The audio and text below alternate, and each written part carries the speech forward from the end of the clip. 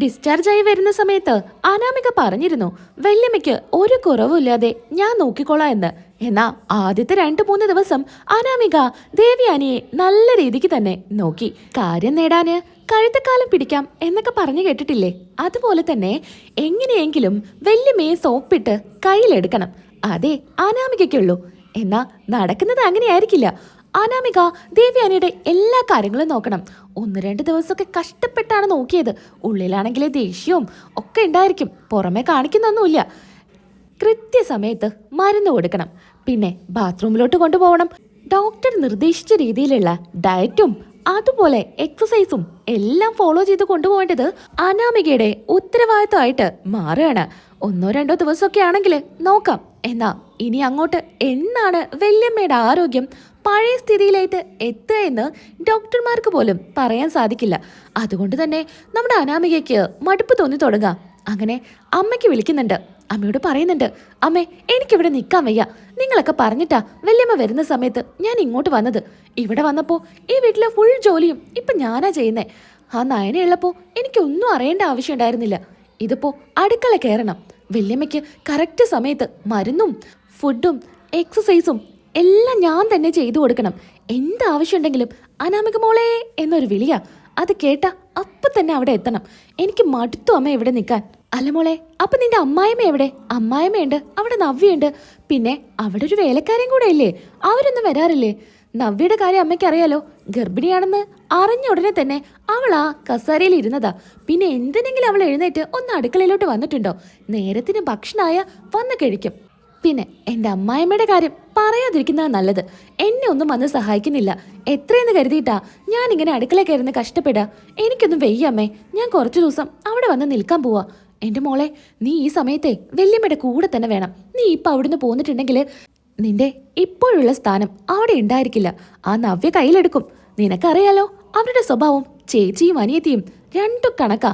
കട്ടിലൊഴിഞ്ഞാൽ മതി, അവിടെ കയറി കിടന്നാ മതിയെന്ന് കരുതിയിട്ടായിരിക്കും നവ്യ നിൽക്കുന്നുണ്ടായിരിക്കാം. നീ എന്തായാലും ഈ സമയത്ത് അവിടെ നിന്ന് പോരാതിരിക്കുന്ന നല്ലത്. അമ്മേ, എത്ര നാളെന്ന് കരുതിയിട്ടാ ഞാൻ ഇതൊക്കെ ചെയ്യാ. എനിക്ക് മടുത്തു അമ്മേ. എന്താ അമ്മയ്ക്ക് എന്നോടൊരു സ്നേഹമില്ലാത്ത? മോളെ, എനിക്ക് നിന്നോട് സ്നേഹമുള്ള കാരണാ ഞാനിത് പറഞ്ഞു തരുന്നേ.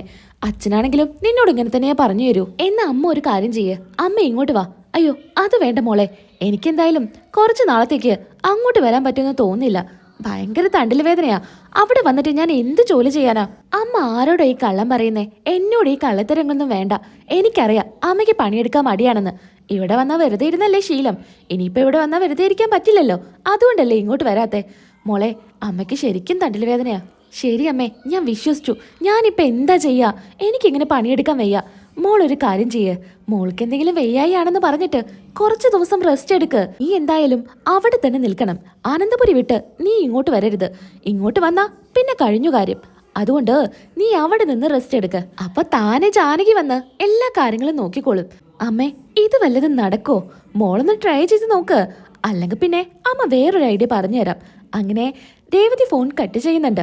അപ്പോഴേക്കും ദേവയാനി വിളിക്കുന്നുണ്ട്. ഹോ, ഇവർക്കൊന്നും അവിടെ അടങ്ങിക്കിടന്നൂടെ? ഏത് നേരം അനാമിക മോളെ അനാമിക മോളെ എന്ന് വിളിച്ചോണ്ടിരിക്കും. പ്രാഗി പറഞ്ഞാണെങ്കിലും അനാമിക ദേവയാനിയുടെ റൂമിലോട്ട് പോവാണ്. മോളെ, ഞാൻ ഒരുപാട് നേരമായി വിളിക്കുന്നു. മോൾ എവിടെയായിരുന്നു? ഞാൻ റൂമിലായിരുന്നു. ചെറിയൊരു തലവേദന. കുറച്ച് ദിവസമായിട്ട് തല ഭയങ്കര വേദനയാ. രാത്രിയൊന്നും ചിലപ്പോൾ ഉറങ്ങാനേ പറ്റാറില്ല വല്യമ്മേ. അത്രയ്ക്കും വേദനയാ. ഇതൊന്നും മോൾക്ക് ശീലമില്ലാത്തതല്ലേ? 2-3 ദിവസമായിട്ട് എൻ്റെ കാര്യവും അടുക്കളയിലെ കാര്യം ഈ വീട് മൊത്തം നോക്കുന്നത് മോളല്ലേ. അതുകൊണ്ടായിരിക്കും മോൾക്ക് ഇത്ര ക്ഷീണം. ഞാൻ പറഞ്ഞതല്ലേ ആരെങ്കിലും ജോലിക്ക് വെക്കാമെന്ന്. മോളല്ലേ സമ്മതിക്കാത്തെ? വല്യമ്മയുടെ കാര്യം ആര് നോക്കിയാലും ശരിയാവില്ല. അതുകൊണ്ടാ ഞാൻ തന്നെ നോക്കാമെന്ന് കരുതിയത്. എനിക്ക് വയ്യായുണ്ടെങ്കിലും കുഴപ്പമൊന്നുമില്ല. വല്യമ്മയുടെ ആരോഗ്യം പഴയ സ്ഥിതിയിലോട്ട് എത്തിയാൽ മതി. അത് മാത്രമേ എനിക്ക് പ്രാർത്ഥനയുള്ളൂ വല്യമ്മേ. അല്ല, വല്യമ്മ എന്തിനാ വിളിച്ചത്? മോളെ, ഈ റൂമിലിരുന്ന് ആകെ മടുത്തു. നമുക്കൊന്ന് പുറത്തോട്ട് പോയാലോ? അയ്യോ വല്യമ്മേ, പുറത്തോട്ടൊന്നും പോകാൻ പാടില്ല. ഡോക്ടർ പറഞ്ഞതല്ലേ. അതല്ല മോളെ, നമുക്ക് വീടിന് പുറത്തൊക്കെ ഒന്ന് നടക്കാം. അതാവുമ്പോൾ കുറച്ച് കാറ്റും വെളിച്ചൊക്കെ കിട്ടുമല്ലോ. ഈ റൂമിലും ഈ വീടിൻ്റെ ഉള്ളിൽ നിന്ന് എനിക്ക് മടുത്തു മോളെ. അതുകൊണ്ടാ. അങ്ങനെ അനാമിക മനസ്സിൽ പറയുന്നുണ്ട്. ഓ, ഇനിയിപ്പോൾ 1 മണിക്കൂർ നേരം പുറത്ത് അങ്ങോട്ടും ഇങ്ങോട്ടും നടക്കണം. കുറച്ചു നേരം ഉറങ്ങാന്ന് കരുതിയതാ. ഈ പെണ്ണുമ്പിള്ള അതിനും സമ്മതിക്കില്ല എന്നാ തോന്നുന്നേ എന്നൊക്കെ മനസ്സിൽ പറയാണ്. എന്താ മോളെ, മോൾ എന്താ ആലോചിക്കുന്നേ? അല്ല വല്യമ്മേ, എനിക്ക് വല്ലാത്തൊരു തലവേദന. എന്നാ അങ്ങോട്ടേക്ക് ജാനകി വരുന്നുണ്ട്. അല്ല, മോൾക്ക് എന്താ പറ്റിയേ? തലവേദന എടുക്കുന്നുണ്ടോ? ആ അമ്മേ, എനിക്ക് എന്താ അറിയില്ല, കുറച്ച് ദിവസമായിട്ട് നല്ല തലവേദനയുണ്ട്. ജാനകി, മോൾ ആകെ ക്ഷീണിച്ചു. ഈ വീട്ടിലെ ജോലി മൊത്തം ചെയ്യുന്നത് ഇപ്പൊ മോളല്ലേ. മോളെ കൊണ്ട് അതൊന്നും ശീലമില്ലാത്തതല്ലേ. ഞാൻ അത് തന്നെയാ മോളോട് പറയുന്നത്. ജോലിക്ക് ആരെങ്കിലും വെക്കാം. എന്നെ നോക്കണമെന്ന് കരുതിയിട്ട് മോൾ ഇങ്ങനെ വാശി പിടിക്കുന്ന കാരണ മോൾക്ക് ഇങ്ങനെ പ്രശ്നങ്ങളൊക്കെ ഉണ്ടാവുന്നത്. മോൾ ഇനി അങ്ങനെയൊന്നും ചിന്തിക്കേണ്ട.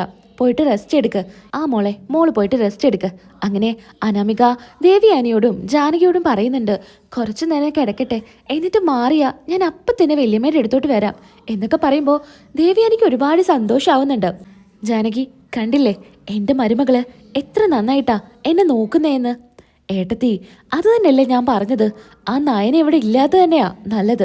അനാമിക മോൾക്കും നമുക്കും ഒക്കെ നല്ലത് അത് തന്നെയാ. ഇനി എന്തെന്നേക്കുമായിട്ട് അവൾ അവിടെ നിന്നാലും നമുക്ക് സന്തോഷമേ ഉള്ളൂ. ഏട്ടത്തിയെ നോക്കേണ്ടി വരുമെന്ന് കരുതിയിട്ടാ അവൾ ഇങ്ങോട്ട് വരാത്തത്. അത് ഏട്ടത്തിക്ക് മനസ്സിലായില്ലേ? അതെനിക്ക് എന്നേ മനസ്സിലായതാ. അവൾക്ക് എന്നോട് ഒരു തരത്തിലുള്ള സ്നേഹമില്ലാന്ന്. പിന്നെ ഇനി ജാനകി നീയായിട്ട് പറഞ്ഞു തരേണ്ട ഒരാവശ്യമില്ല എന്ന് ദേവിയാനിയും പറയുന്നുണ്ട്. ഏട്ടത്തി, ഞാൻ എന്നാ പോട്ടെ എന്നും പറഞ്ഞ് ദേവിയാനി അവിടെ നിന്ന് പോവാണ്. കിട്ടിയ അവസരത്തില് അനാമിക നല്ല ഉറക്കത്തിലായിരിക്കും. ഒരുപാട് നേരം കിടന്ന് ഉറങ്ങാണ്. കൃത്യസമയത്ത് മരുന്ന് കൊടുക്കണമെന്നോ ഒന്നും തന്നെ ആരും ശ്രദ്ധിക്കുന്നുണ്ടായിരിക്കില്ല. ഡോക്ടർ പറഞ്ഞ സമയത്ത് കറക്റ്റായിട്ട് മരുന്ന് കൊടുക്കേണ്ടതാ. എന്നാ അത് കഴിക്കാത്ത കാരണം ദേവിയാനിക്ക് പെട്ടെന്ന് ഛർദിക്കാൻ വരുന്നുണ്ട്. പതിയെ എഴുന്നേറ്റ് ബാത്റൂമിലോട്ട് പോവാൻ നേരത്ത് തല കറങ്ങി ദേവിയാനി എവിടെ വീഴാണ്. എന്നാ അതിലേ പോകുന്ന നവ്യ ഇത് കാണുന്നുണ്ട്. എന്താ അമ്മായി, എന്താ പറ്റിയെന്നും ചോദിച്ച് നവ്യ ദേവിയാനിയെ ഇങ്ങനെ പിടിച്ചെഴുന്നേൽപ്പിക്കാൻ നോക്കുകയാണ്. അങ്ങനെ കുറച്ച് വെള്ളമൊക്കെ തളിച്ച് ദേവിയാനി കണ്ണു തുറക്കുകയാണ്. പതിയെ എഴുന്നേൽപ്പിച്ച് ബെഡിൽ കൊണ്ട് കിടത്തുന്നുണ്ട്. അമ്മായിക്ക് എന്താ പറ്റിയേ? അമ്മായി മരുന്ന് കഴിച്ചോ? ഇല്ല, ഞാൻ കഴിച്ചിട്ടില്ല. ആ മരുന്ന് ഒന്ന് എടുത്തു തരുമോ എന്ന് ദേവിയാനി നവ്യയുടെ അടുത്ത് പറയാണ്. അങ്ങനെ നവ്യ മരുന്നെടുത്ത് കൊടുക്കുകയാണ്. എന്താ അമ്മായി, ഡോക്ടർ പറഞ്ഞ പോലെ കറക്റ്റ് സമയത്ത് മരുന്ന് കഴിക്കണ്ടേ? ഞാനിതൊന്നും നോക്കാത്തത് ഇവിടെ അനാമികയാണല്ലോ അമ്മായിയുടെ കൂടെ തന്നെ നിൽക്കുന്നത്. അതുകൊണ്ടാ ഇന്നിവിടെ അനാമിക. അവൾക്ക് വയ്യാത്ത കാരണം അവൾ റൂമിലാ. എന്നാലും അവൾക്ക് ആരെങ്കിലും പറഞ്ഞ് ഏൽപ്പിച്ചൂടെ വലിയമ്മയുടെ കാര്യം നോക്കാനായിട്ട്? അവൾ അത് ഓർത്ത് കാണില്ല. പാവം, അവൾക്ക് നല്ല തലവേദനയാ. നീ ആ മരുന്ന് എടുത്തു തരുന്നുണ്ടോ? അങ്ങനെ നവ്യ മരുന്നൊക്കെ കൊടുക്കാണ്. അമ്മായിക്ക് എന്തിനാ എന്നോടും നയനയോടും ഇത്ര ദേഷ്യം? എന്റെ ദേഷ്യത്തിന്റെ കണക്കെടുക്കാനാണോ നീ ഇപ്പൊ ഇങ്ങോട്ട് വന്നത്? എന്താ വല്യമ്മ പറയുന്നേ? വല്യമ്മയോട് വീണെടുക്കുന്ന സമയത്ത് ഞാനല്ലേ ഇവിടെ കൊണ്ടിരുത്തിയത്. അതൊക്കെ ശരിയാ എന്ന് കരുതി നീ ചെയ്ത ഉപകാരത്തിന് നിന്നെ എടുത്ത് ഞാൻ തലയിൽ കയറ്റി വെക്കണോ? അതോ നിന്റെ അനിയത്തിയെ ഞാൻ മരുമകളായിട്ട് കാണണോ? നീ ഒന്ന് പോകുന്നുണ്ടോ? ഇതും പറഞ്ഞുകൊണ്ട് നവ്യ അവിടെ നിന്ന് ഓടിക്കുന്നുണ്ട്. എന്നാലും അനാമിക പിന്നീട് ദേവിയാനയുടെ കാര്യങ്ങളൊന്നും നോക്കാതെയാവുകയാണ്. നവ്യ എന്നാലും ദേവിയാനയുടെ കാര്യത്തിൽ ഒരു ശ്രദ്ധ കാണിക്കുന്നുണ്ട്. ഇടയ്ക്കിടയ്ക്ക് റൂമിലൊക്കെ ഒന്ന് വന്ന് നോക്കുന്നുണ്ട്. എന്തൊക്കെ പറഞ്ഞാലും മനസാക്ഷി അങ്ങനെ ഒരു കാര്യമുണ്ടല്ലോ, എന്ത് ആരൊക്കെ തള്ളി പറഞ്ഞാലും. അങ്ങനെ ദേവിയാനിയുടെ കാര്യങ്ങളെല്ലാം നവ്യാണ് പിന്നീട് നോക്കുന്നത്. മരുന്ന് സമയത്തിന് എടുത്തു കൊടുക്കുന്നതും ദേവിയാനിയുടെ വായിലിരിക്കുന്നതൊക്കെ കേട്ടിട്ടാണെങ്കിലും കൃത്യസമയത്ത് മരുന്ന് കൊടുക്കുന്നുണ്ട്, ഭക്ഷണം കൊണ്ടു കൊടുക്കുന്നുണ്ട്. നേരങ്ങളിൽ ജ്യൂസായിട്ടും ഫ്രൂട്ട്സ് ആയിട്ടും ഒക്കെ കട്ട് ചെയ്ത് കൊടുക്കുകയൊക്കെ ചെയ്യാണ്. അങ്ങനെ ഒരു ദിവസം ഫ്രൂട്ട്സ് ഒക്കെ ആയിട്ട് വരുന്നുണ്ട് റൂമിലോട്ട്. അങ്ങനെ സംസാരിച്ച് ദേവിയാനി നല്ല രീതിയിലൊക്കെ നവ്യയോട് പെരുമാറാൻ തുടങ്ങുകയാണ്. നിനക്കിപ്പോൾ കുഴപ്പമൊന്നുമില്ലല്ലോ? നിന്റെ കുഞ്ഞിൻ്റെ അനക്കൊക്കെ കിട്ടാൻ തുടങ്ങിയോ? ഇല്ല വല്യമ്മേ, 5 മാസം ഒന്നും ആയിട്ടില്ലല്ലോ. ഡോക്ടറോട് ഞാൻ ചോദിച്ചു. 5-6 മാസം കഴിഞ്ഞിട്ടേ അനക്കൊക്കെ തിരിച്ചറിയാൻ സാധിക്കുമെന്നാ ഡോക്ടർ പറഞ്ഞത്.